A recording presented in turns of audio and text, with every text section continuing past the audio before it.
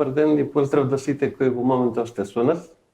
За националната инфраструктура на просторни податоци и за важноста на дигитализацијата за просперитетот на секој општество, многу пати досега сме дискутирали и сигурно ќе дискутираме и во иднина.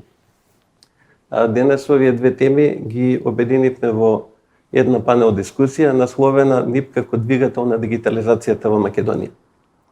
На оваа тема денес ќе разговараме со нашите гости. Би сакал да им посакам добре дојде и ве поканувам да се представите. Накратко, пар зборови за вас, за организацијата од која доаѓате и за вашата улога во контекст на дигитализацијата на работењето. Добро. Фатмир Битичи, заменик на председател на владата, задолжен за економски прашања, координација на економските ресори и инвестиции. Инаку воедно со позицијата председател на Советот на НИП, кој што е највисокиот орган според законот за НИП, кој што раководи со активностите поврзани со оваа област.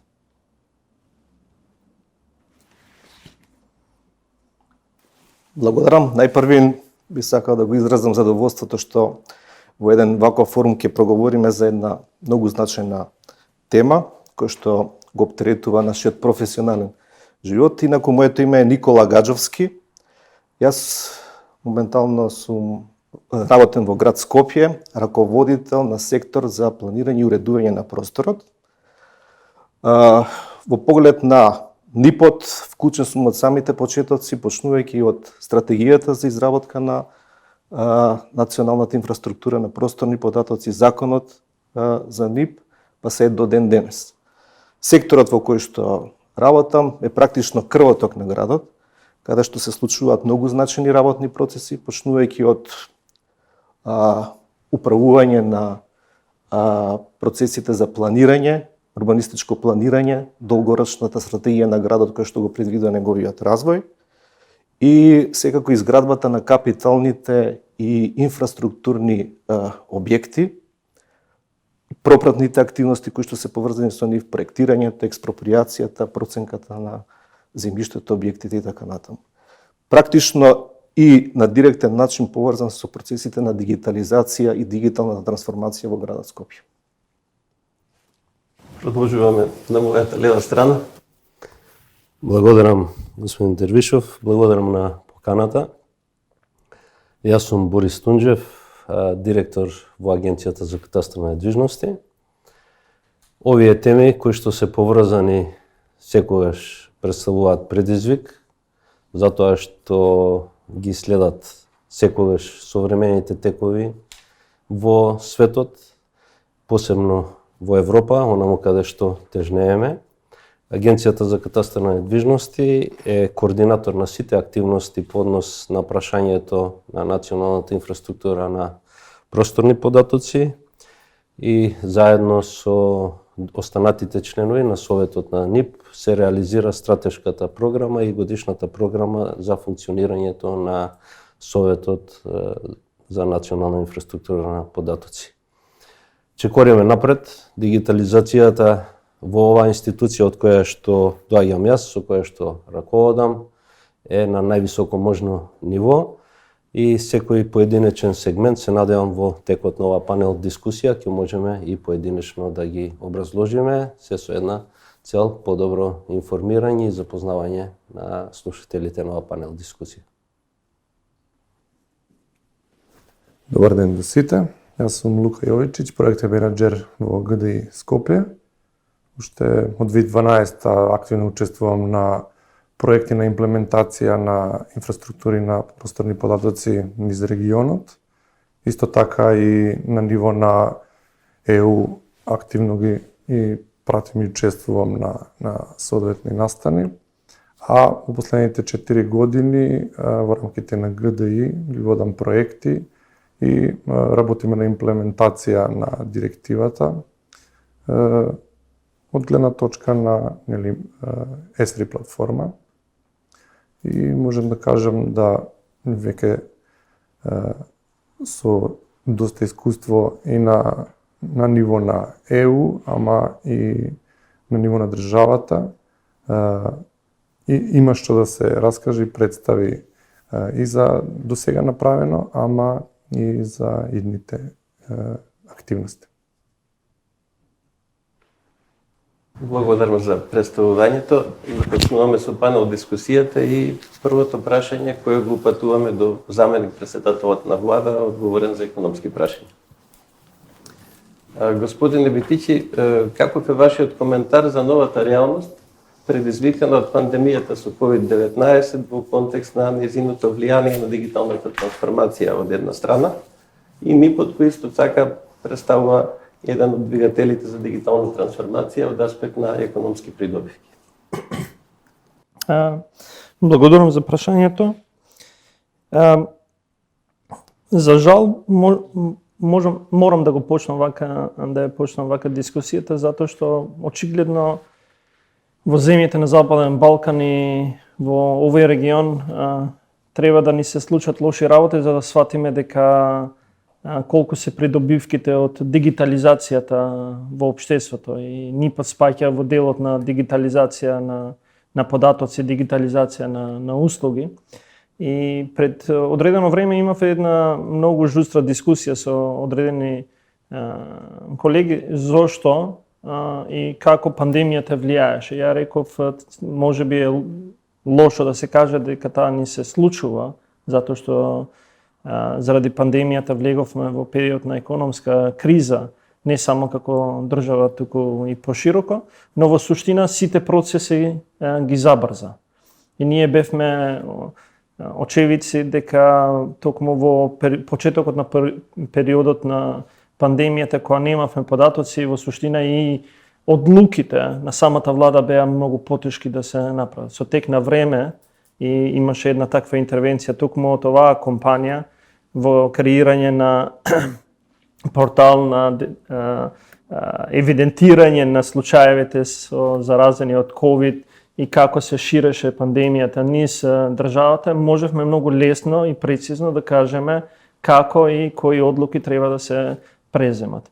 И во суштина тоа ги сузбива парадигмата дека НИП-от како таков и податоците кои што се користат се битни само за градежниците и само за тие во урбанизам, туку тоа е одличен пример дека таквите податоци кои што ги располагаме се битни и за здравствениот систем, се битни и за образовниот систем, се битни и за самата економија. И затоа велам дека кажав на почеток за жал, но сега на крај ќе го завршам со тоа дека се радувам дека тоа ни се случи, затоа што свеста на сите е многу поразлична после неколку месеци и мислам дека сега ни е моментумот во кој што ние треба полека сите да градиме заедничко разбирање дека НИП-от не е само законска обврска. И НИП-от не е само обврска која што нас ни престои затоа што сме во патот на интеграција во Европска унија, па треба да се прилагодиме на Inspire директивите. Туку НИП-от е потреба на државата за да даде поттик и за економскиот развој, но и севкупниот развој на државата.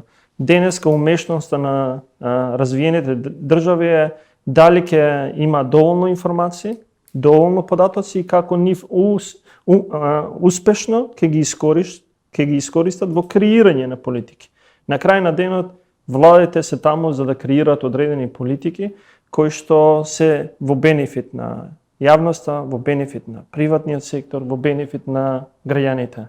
Затоа што граѓаните очекуваат, како и сите други, очекуваат побрзи, поефикасни и точни услуги кои што ги добиваат од страна на државата. И затоа, да заокружам, сметам дека нас како држава ни помогна овој период да осознаеме дека треба да се движиме многу побрзо, затоа што побрзо ги исполниме, ние никогаш нема да можеме да кажеме дека НИП-от еднаш е направен и завршува.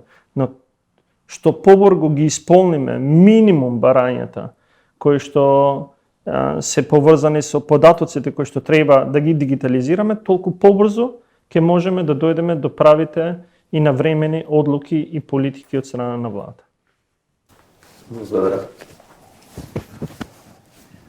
Во услови на пандемија, кога според препораките на Комисијата за инфективни болести, граѓаните треба да одржуваат социјална дистанца и да избегнуваат непотребни контакти, од огромна важност е граѓаните да може да добијат информација или документ по електронски пат. Господин Тунџев, како Агенцијата за катастар на недвижности се трансформираше за да продолжи непречено да функционира во новосоздадените услови и какви активности преземате за да им овозможите целосни електронски услуги на граѓаните, приватните компании и институциите? Јас на ова панел дискусија воопшто никогаш не сум скромен по однос на ова прашање. Агенцијата за катастар на недвижности е една од институциите која што предначи пред сите останати институции кои што нудат онлайн сервиси не само кон граѓаните, туку и кон останатите професионални корисници, како што се нотарите, извршителите, а да не станува збор и за сите државни институции, министерства и останати органи на државната управа во склоп на тие министерства и локалната самоуправа. Во Агенцијата за катастар на недвижности постојат многу сервиси кои што нудат 100% дигитални услуги кон овие корисници. По самата дефиниција и согласно законската определба и дефиниција, Агенцијата за катастар на недвижности е сервисно ориентирана институција која што обезбедува безброј услуги по однос на имотните прашања, по однос на податоците од регистарот за градежно земјиште, по однос на ново воспоставување од адресен регистар кој што во моментот го работиме и секако во актуелнава состојба се поставува прашањето како продолживме да ги одржуваме овие системи. Покрај потешкотиите кои што ги имавме со човечките ресурси, ние реално во процесот на нудење на овие услуги немавме потешкоти. Го збогативме бројот на услуги кои што ги нуди Агенцијата за катастар на недвижности и сите оние документи кои што се потребни за електронските постапки се валидни, извадени преку дистрибутивниот портал кој што ги нуди овие можности. Секако НИП порталот е еден од овие портали кој што нуди услуги кон сите државни институции и затоа ние, препознавајќи го значењето на националниот портал за инфраструктурни податоци, пристапивме заедно со Советот на НИП кон осовременување и адаптирање на потребните текови во општеството. Работиме на еден нов, модерен концепт на НИП порталот, збогатен со 7 нови збирки на податоци, кои што на инсистирање наше го направивме интерфејсот да биде кориснички препознатлив, се со една единствена цел, сите членки на НИП Советот и пошироката јавност да можат полесно да го користат овој дистрибутивен портал. Сите, веќе спомнав, дека сите услуги од Агенцијата за катастар на недвижности се одвиваат низ неколку дистрибутивни портали, како што се електронскиот шалтер за професионалните корисници, регистарот на градежно земјиште, дистрибутивниот One Stop Shop портал и регистарот на превземени недвижности, така да кај нас во оваа институција сите услуги кои што може да ги добиваат граѓаните и сите останати професионални корисници, како и државни институции, се дигитално овозможени. Потребно е да се напомене дека ние во изминативе 3 години од 2017, кога ме назначија, од кога стапив јас на оваа должност, бројот на професионални корисници го зголемивме некаде за 50%, значи некаде од 950 приклучени професионални корисници на нашите системи. Во овој момент бројката е некаде околу 1400 професионални корисници и институции. Се надевам дека оваа бројка ќе продолжи и да се зголемува. Целта е едноставна: поблизок пристап до информациите, полесен пристап до информациите и она што вие го спомнавте како се справивме ние со овозможување на услугите према граѓаните, ние реално немавме проблем во пружањето на услугите, затоа што граѓаните нашите услуги и производи кои што им се потребни можат на многу места да ги добиват, како кај нотарите, така во приватните геодетски компании, низ дистрибутивните места на општините и така натаму. И она што е најбитно за граѓаните преку дистрибутивниот One Stop Shop портал, за кој што имаше порано недоумица дали можат да се користат овие дигитални документи извадени преку овој портал. Апсолутно, овие податоци во сите оние постапки кои што се водат дигитално, апсолутно можат да ги користат. Го збогатуваме репертуарот на услуги кои што можеме да ги нудиме, пуштаме сега нова услуга кон професионалните корисници кои што ќе можат да ја користат граѓаните. Тоа е вадењето на копието од катастарскиот план, еден документ кој што е потребен за низа постапки кои што ги водат граѓаните. И она што направивме исчекор во овој момент пандемијата, овозможивме граѓаните во било кое место, на било кој шалтер во државата, да поднесуваат барање за било кое место друго различно од местото на живење. Значи, без да мора да патуваат физички или да бидат присутни на шалтерите за да го намалиме ризикот на граѓаните од оваа пандемија. Истина убави информација од Агенцијата за катастар на недвижности. Каква е ситуацијата со град Скопје? Господин Гаджовски, како корона кризата влијаеше на функционирањето на град Скопје? Колку време ви беше потребно да се преструктурирате, да функционирате во новите услови? Да, благодарам за прашањето. Значи, ковид пандемијата како настане уникатен практично за современото општество и ниедна институција нема претходно искуство како да постапува во вакви ситуации. Меѓутоа, градот Скопје мораше да се соочи многу брзо со новата реалност. Основни два предизвици со кои што беше соочена градската администрација е како ефикасно да работиме и да ги дадеме услугите кон граѓаните во услови кога имаме намалени човечки ресурси. Во зависност од периодите, некаде од 20 до 30% од луѓето не беа физички присутни на своите работни места и како ефикасно да одговориме на барањата на граѓаните преку што повеќе онлайн услуги, практично своите потреби да ги реализираат без физичко присуство во градот. Се разбира, кога доаѓаат вакви предизвици, веднаш ја разбирате потребата од дигиталната трансформација. И без разлика колку и да имате направено во таа насока, потребно е се уште да работите на зголемување на портфолиото на услугите кон граѓаните, овозможување на онлайн работење од дома за вработените, зголемување на сигурноста на системите, комуникацијата и така натаму. Тоа е голем предизвик. Градот Скопје има изградено географски информационен систем кој што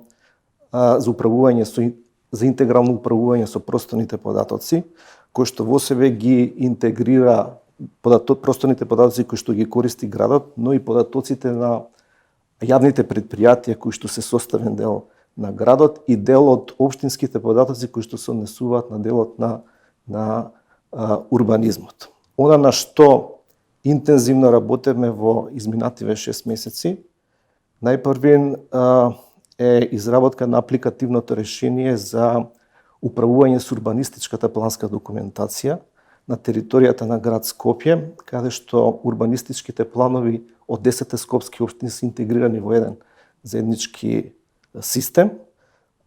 И второто е апликативно решение за издавање на одобрение за урбана опрема. Практично целиот работен процес кој што е поврзан со издавањето на одобренијата за урбаната опрема е автоматизиран, а граѓаните на визуелен начин може да следат за кои локации на територијата на градот Скопје се издадени такви одобренија. Идејата е значи да се подобрат онлайн услугите и без физичко присуство граѓаните да можат да ги сервисираат своите услуги. Се разбира, ова е процес кој што не запира.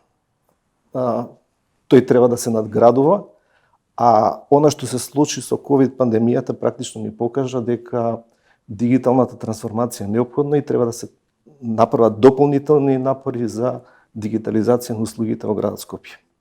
Со ова изгледа сите се согласуваме. Да, може еден коментар по однос на прашањето. Колегата Гажевски спомна дека овозможувањето на работа од дома не треба да застане овдека. Во моментот тоа е принудно поради коронавирусот. Меѓутоа искуствата покажуваат и во Европа и во светот дека капацитетите на институциите кои што овозможуваат работа од далечина и посебно кон луѓето кои што го работат тоа представува одреден вид на стимул и мотивација.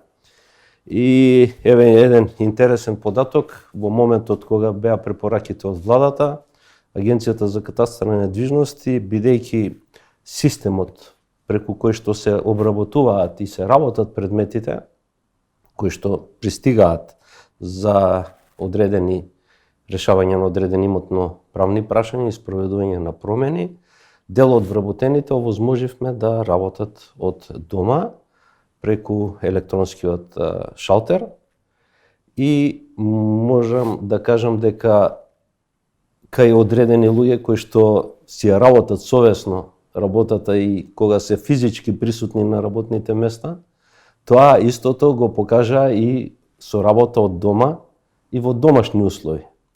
Меѓутоа, оние кои што не си ја работат совесно работата, остануваат и дома да не ја одработуваат работа. Затоа јас мислам дека ова треба да биде предизвик, апел до вице-премиерот за економски прашања. Ние веќе ќе иницираме во Законот за катастар на недвижности, Агенцијата за катастар на недвижности, бидејќи поседува вакви современи електронски системи, преку одредени законски решенија, под одредени услови и правилници донесени од страна на институциите, да може да продолжи и овозможено работењето од домашни услови, затоа што ние не знаеме реално до кога ќе трае ова пандемија и треба секогаш да бидеме подготвени на одредени предизвици. Ова е предизвик кој што мислам дека ќе ни овозможи да размислуваме во тој правец, преку измени во законските решенија, да овозможиме и да се дефинираат условите и критериумите, под кои услови и во иднина ќе може да се обезбеди работа од дома. Мислам дека тоа е еден современ тренд, дека ќе се намалат трошоците на институциите од физичкото присуство на вработените и мислам дека тоа е една добра идеја за во иднина владата да размислува во оваа насока. Да, добро фрлена ракавица. Но не, навистина интересни дискусии и добро е да бидеш во друштво на институции кои што си ја разбираат својата улога. На крај на денот ја кажав дека пандемијата очигледно е дека не примора да се движиме малку побрзо од колку што се движевме. И еве примерот на Агенцијата за катастар и работењето од дома, ние веќе иницииравме законски измени, затоа што не е само тамо.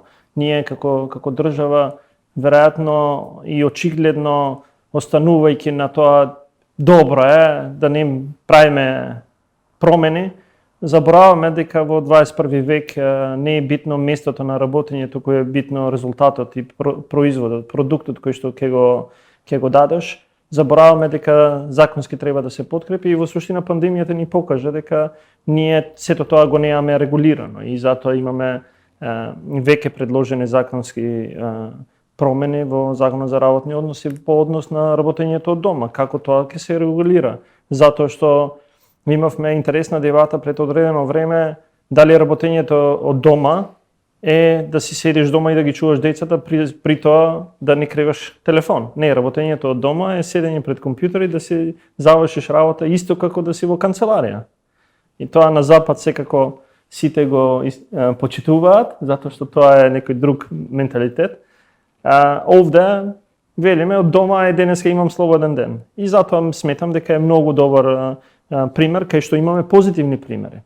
И на крај, тоа што сакав веројатно од ова, јас си го имав како заклучок во главата дека тоа е така, но и господин Гаджовски и господин Тунџев ми го потврдија дека постоењето на НИП и неговиот развој не е само потреба за нас како институција, туку таа е потреба за сите чинители, за граѓаните, за јавниот сектор, за приватниот сектор. И дека ние мораме еднаш за секојаш да ги затвараме овие прашања и да се движиме понатаму, затоа што посреќни граѓани, посреќен приватен сектор, посреќни јавен сектор, тоест тие кои што креираат политики. И ваквите примери позитивни укажуваат дека е возможно.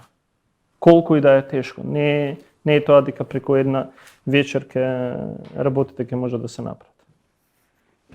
Ова е што би рекол македонскиот народ, секој е лошо за добро. Имавме можност да чуеме како дел од институциите се справуваат со пандемијата. Општо познато е дека помалите компании можат побрзо да носат одлуки, побрзо да реагираат во вонредни ситуации. Господин Јовичич, како ГДИ реагираше на пандемијата со COVID-19? Да, благодарам.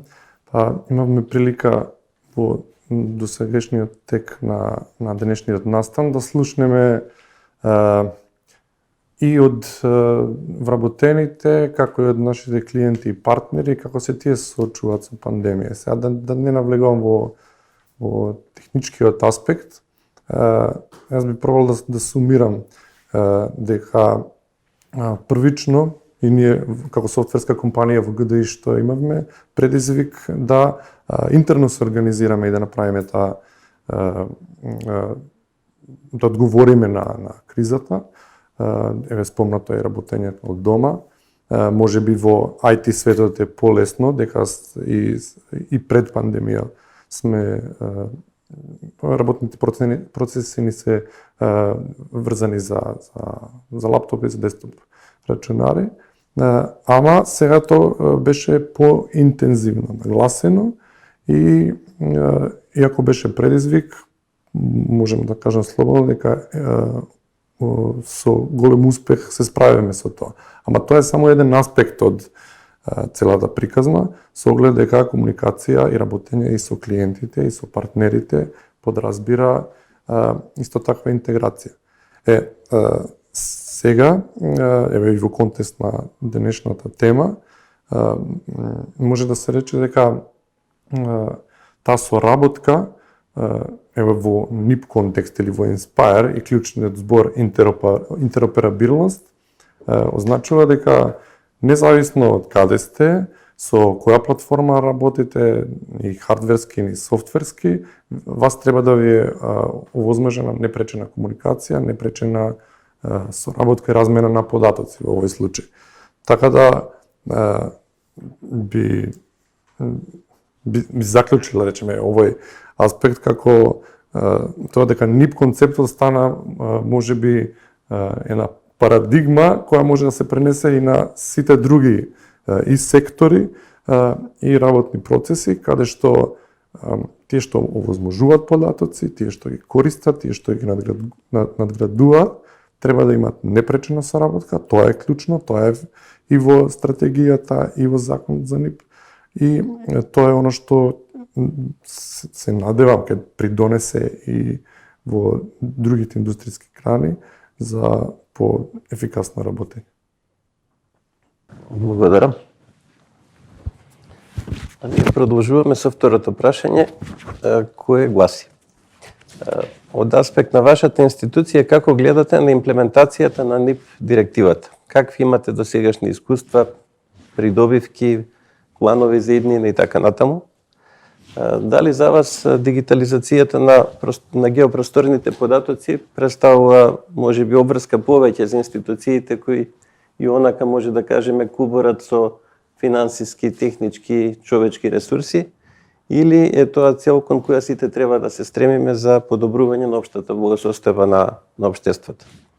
Би започнал повторно со вице-премиерот. Господин Лебитичи, според законот за НИП, вие како заменик председател на владата за одговорен за економски прашања, истовремено сте и председател на Советот за НИП, кој треба да се грижи за спроведување на НИП стратегијата.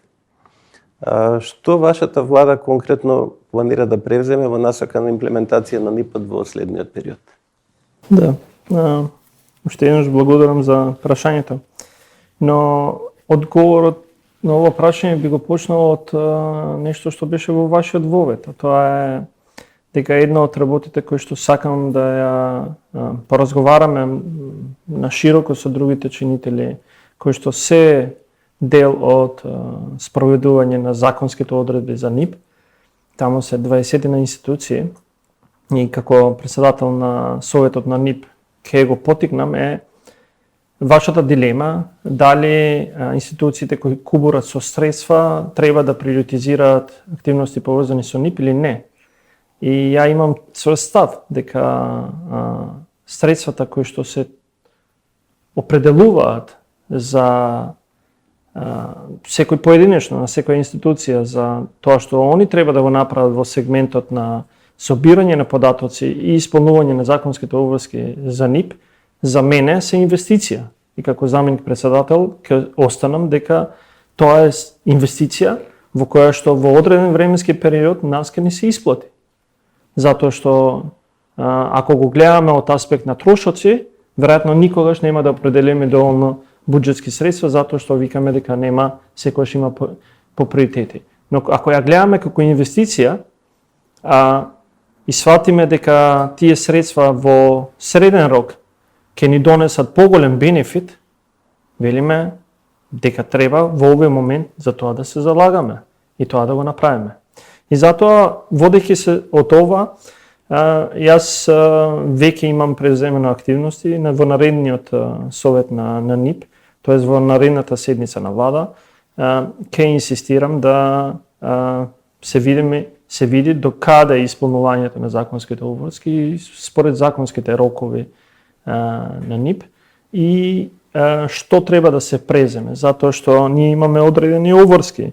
Обврските се првично кон граѓаните, но и кон тие кои што се стремиме. Се стремиме кон Европска унија, интеграција во Европска унија и тогаш треба да се усогласиме со директивата Inspire, која што ние сме кажали и сите имаат кажано дека некое усогласување треба да се случи до 1.1.2022, кога они ќе уште еднаш ќе ја согледаат дали директивата Inspire е и како е хармонизирана на секако, дали таа треба да се промени, затоа што тоа е жива материја, која што ги следи тековите и веројатно тоа што пред 5 години било доволно во дигитализацијата и во дигиталниот свет, денеска не е доволно, затоа што тоа еволуира многу напред. И затоа велам дека ние мораме да прво сузбиеме табуа, кажеме дека како држава имаме доволно средства кои што треба да ги паметно инвестираме. Второ, се што сме кажале дека ќе го направиме во однос на нашите стратешки партнери и во однос на патот кој што сме го избрале, а тоа е Европска унија, дека ќе го направиме, ќе го усогласиме. И трето, дека сите чинители внатре кои што се треба да покажат не само напори, туку да покажат иницијативи и да исполнат тоа што е законска обврска. Зошто? Затоа што нас ни е јасно дека развојот на НИП се води и дава акцент, тоест поддршка на одредени други иницијативи кои што ние ги имаме како влада. Тоа е дека таа е директна поддршка на владата. Ние се стремиме кон дигитализација на услугите во државата. но услугите во државата не може да се дигитализираат ако немаат од каде да влечат податоци.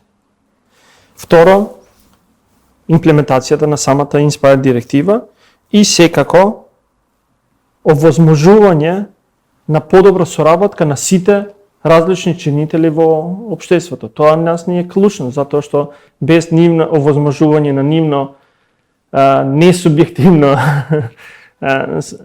соработка е клуч за успех. И овде нема да должам повеќе, затоа што најверојатно тие кои што не гледаат, сваќаат и знаат што се да кажеме целите на самата Inspire директива, но најдов неколку интересни работи кои што се исто едни од високите принципи кои што сакам јас да ги наметнам во работата. Тоа е дека не само Inspire директивата, не само законот за НИП, не само НИП, туку се што ние правиме како напор мора да води кон зголемена транспарентност и одговорност во работењето на јавните институции. И се додека тоа не го направиме, ние нема да креираме меѓусебна доверба дека сите заедно можеме да се движиме кон една подобра земја, држава за живење. И затоа велам дека филозофски гледано НИП-от не е активност која што само треба да штиклираме дека сме направиле ова, туку тоа води кон подобрување на целокупното живење во државата. Благодарам. Во рамки на проектот соработка за дигитална демократија, поддржан од Шведската меѓународна агенција за развој СИДА, изработена е стратегија за НИП, која во јануари стратегијата се однесува за периодот 2020-2022 година. Стратегијата по предлог на АКАН во јануари оваа година е усвоена од владата. Господине Тунџев, како тече имплементацијата на стратегијата? Јас пред да се осврнам на стратегијата и одредени поедини активности од годишната програма и функционирањето на Советот на НИП и Агенцијата за катастар недвижности како координатор на сите овие активности, ќе кажам збор два за оваа донација од страна на Кралството Шведска, односно проектот финансиран преку СИДА, а кој што технички го реализираме преку шведскиот катастар. Донацијата е во висина од 2,5 милиона евра и е содржана со 5 компоненти, и тоа е воспоставувањето на адресниот регистар, изработка на IT стратегија, воспоставување на стратегијата за НИП е една од овие компоненти. Од кога е подпишан договорот со СИДА, почна реализацијата на овие активности. Согласно законот, едно од одделенијата во катастар недвижности е одделението за национална инфраструктура за просторни податоци, преку кое што одделение се реализираат сите активности на Советот на НИП. Преку ова одделение се организираат и реализираат активностите и од компонентата која што е финансирана од СИДА проектот. Оваа стратегија, спомна вице-премиерот, дел од оваа стратегија, тоа се техничките усогласувања и измените во законот кои што мора да провоцираат промени кај субјектите и членките на Советот на НИП за поактивно земање во и реализација на нивните активности по однос на НИП-от, посебно по креирањето на метадата податоците. Што се однесува до компонентата НИП, претежно се работи и во годишната програма се предвидени обуки кои што се реализираат преку консултанти и советници од страна на шведскиот катастар. Ние веќе една обука одржавме во февруари, пред самиот почеток на пандемијата. За среќа, тогаш беа добри условите, немаше вакви рестриктивни мерки, па можевме да ја реализираме обуката и вие бевте дел од таа обука.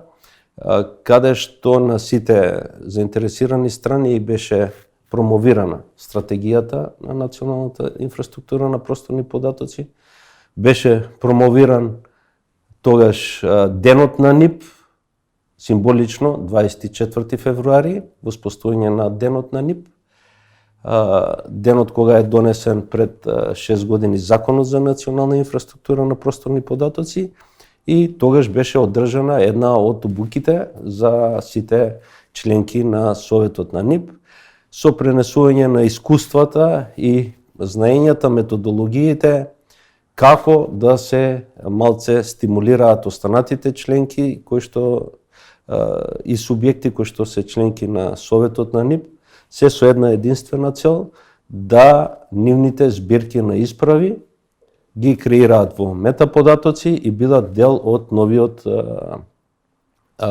веб портал на националната инфраструктура на просторни податоци.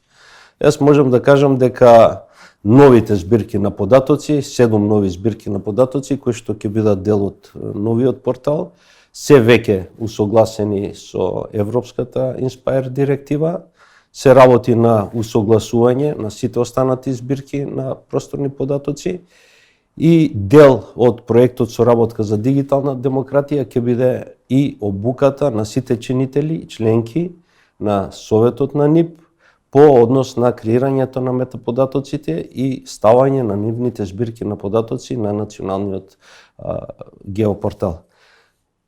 Ние имавме неколку неформални разговори со вице-премиерот по однос на ова прашање. Ова е едно исклучително прашање од стратешко значење за работењето на владата. Вие никогаш нема да имате потреба да пребарувате по неколку X различни геопортали кога имате национален портал каде што сите податоци од релевантни институции се на едно место, креирани во една база на метаподатоци, во моментот 84 збирки на податоци. На жалост од овие 84 збирки на податоци, 78 се креирани од Агенцијата за катастар недвижности. Останатите субјекти мора час поскоро да почнат да работат на збогатувањето и ставањето на нивните збирки на податоци на националниот геопортал. Затоа во активностите и во годишната програма и во стратешката и во стратегијата за НИП исклучително место е дадено на обуките на останатите членки на Советот на НИП од аспект на техничка помош, помош во човечки ресурси. Ние секогаш како агенција, како координатори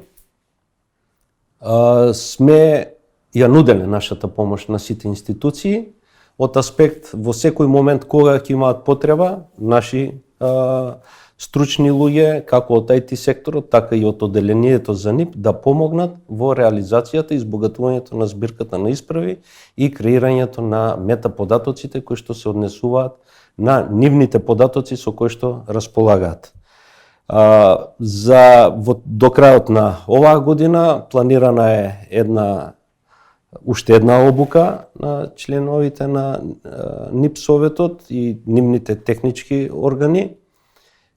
Се надевам дека ќе успешно ќе ја реализираме преку електронска платформа или преку она современа методологија одржување на вебинари, се со една единствена цел, како што спомна и вице-премиерот, ќе мора, бидејќи има веќе и дел од законските рокови кои што се пробиени, да почнат институциите да си ја обавуваат својата функција. Активности. Јас знам дека тоа можеби е за одредена институција споредна работа, меѓутоа за функционирањето на владата тоа не е споредна работа. Благодарам. Град Скопје е еден од субјектите на НИП кои активно учествува во градењето на НИП-от во државата. Имавме можност да чуеме што е досега направено. Господине Гажовски, како град Скопје гледа на досегашната имплементација на НИП-от? Ако земеме во предвид тоа што го кажа господинот Тунџев, дека од 80 и некоја збирка на податоци, речиси 70 се генерирани и креирани од Агенцијата за катастар на недвижности. Кои се вашите идни планови на оваа тема? Дали град Скопје ќе учествува и дали веќе учествува со своји теми? Да, практично би се надоврзал и на претходниот одговор на господинот Тунџев. Практично може да се заклучи дека постојат технички услови, секакви технички услови за да НИП-от се развие. Тоа е ситуацијата и во град Скопје. Град Скопје по својата поставеност е интегративна институција, практично ги обединува и јавните предпријатија и општините во градот Скопје. И тоа е добра прилика да ги искоординира процесите на создавање на податоци. Она што најмногу недостасува се покрај човечките ресурси и податоци кои што се произведени согласно спаја директивата. Еден од најзначајните проекти кои што град Скопје планира да го реализира во наредните 2 години е изработката на генералниот урбанистички план, се работи за просторна стратегија и плановите се тој да биде целосно дигитален и да се изработи во дигитален формат. Се работи за документ кој што содржи преку 50 на најразлични тематски слоеви. За таа цел градот Скопје веќе склучи договор со Агенцијата за планирање на просторот и практично работите ќе отпочнат веднаш овој месец. Што е главниот проблем со кој што се соочуваме во моментот? Значи, првата фаза од изработка на генералниот урбанистички план е документацијска основа која што во принцип значи документирање на состојбата на просторот. Веднаш приметливо е дека недостасуваат податоци. Податоци од институции кои што работат со инфраструктура, со демографија и така натаму. Сериозен хендикеп е тоа што не постои попис во државата. Сите тие се влезни податоци во изработката на ваква стратегија како што е генералниот урбанистички план. Со Агенцијата за катастар на недвижности имаме добра соработка и веќе преговаравме дел од сервисите кои што се предмет на наш интерес и кои што се составен дел на НИП-от да ги добиеме согласно меморандумот и процедурите како што е тоа предвидено во законот. И практично тие ќе видат и некаква поидовна основа. Другиот дел од податоците ќе се обидеме да ги интегрираме и да ги обезбедиме почнувајќи од општините и од другите институции како статистика и така натаму. Идејата е на крајот да добиеме целосно дигитален производ кој што ќе можеме да го искористиме и во процесот на спроведување на планот преку следење на просторните индикатори. Заради тоа е неопходно да може да правите просторни анализи, да имате дигитален стандардизиран податок. Практично на крајот на овој процес тие спомнати 50 на леери или тематски слоеви планираме да бидат составен дел на националната инфраструктура на просторни податоци. И тоа ќе биде реален придонес, практично да се збогатат збирките на податоци, податоците ќе бидат разменливи преку веб сервиси, согласно правилата како што ги предвидува и самиот закон. Мислам дека тоа ќе допринесе да се развијат и останатите процеси, приватните лица, граѓаните, приватните субјекти ќе ги користат овие податоци и ќе најдат своја корисност во употребата. Значи може да очекуваме наскоро збогатување на содржините на веб порталот. Очигледно цела оваа ситуација покажува дека и немаме друг избор. Туку треба да работиме и да искреираме, да одговориме на работните задачи. Господин Јовичич, каде ја гледате улогата на приватниот сектор во имплементација на НИП-от? Благодарам.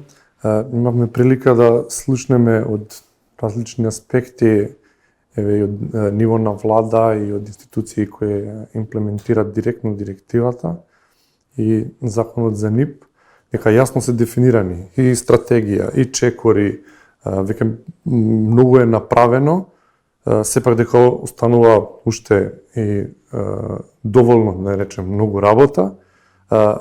И муабетите сега каде тоа води, нели? Што се случува? Океј, ќе се направи, тогаш ги имаме хармонизирани податоци. И како вице-премиерот што спомна, тоа е клучен збор, инвестиција. И тоа веќе се случува во ЕУ. Имплементација и самата Inspire директива со почеток на 2022 која е задутре треба завршува. Ама тука не е крај, тука е почеток, што веќе се присутни директиви како што се Access to Environmental Information, Open Data Directive, the European Green Deal. Значи тие веќе се на дневен ред таму, а во една реченица што се насочени тие? Кон експлоатација на тие податоци, на тие сервиси кои се креирани низ имплементирање на Inspire директива. Така да ќе имаме за ептен краток рок барање од интегрирање на така креирани податоци, така креирани мрежни сервиси во секојдневни работни процеси. Од гледна точка на софтверски компании, од гледна точка на ГДИ, ние веќе со колегите од ЕСРИ, со колегите од други канцеларии на Inspire конференција која ова година беше одржана, презентиравме тие collaboration patterns, како ги викат, каде што се потенцира пошироко и пофлексибилно вклучување на сите субјекти. До сега за потреби на дигитализација и на креирање на просторни податоци и сервиси имавме потреба кај клиентите да се створат предуслови, односно тие да располагат и со соодветна опрема, со соодветен софтвер, човечки ресурси за да можат да се вклучат и да на поефикасен начин продуцират и користат во овој случај просторни податоци. Сега тие веќе се присутни. Како се користат, дали се доволно искористени. Тука веќе можеме по-фино да ги разликуваме субјектите на НИП, пошто сите продуцираат просторни податоци, ама има тие кои ги надградуваат. Има институции кои придонесуваат кон податоци креирани од друга институција.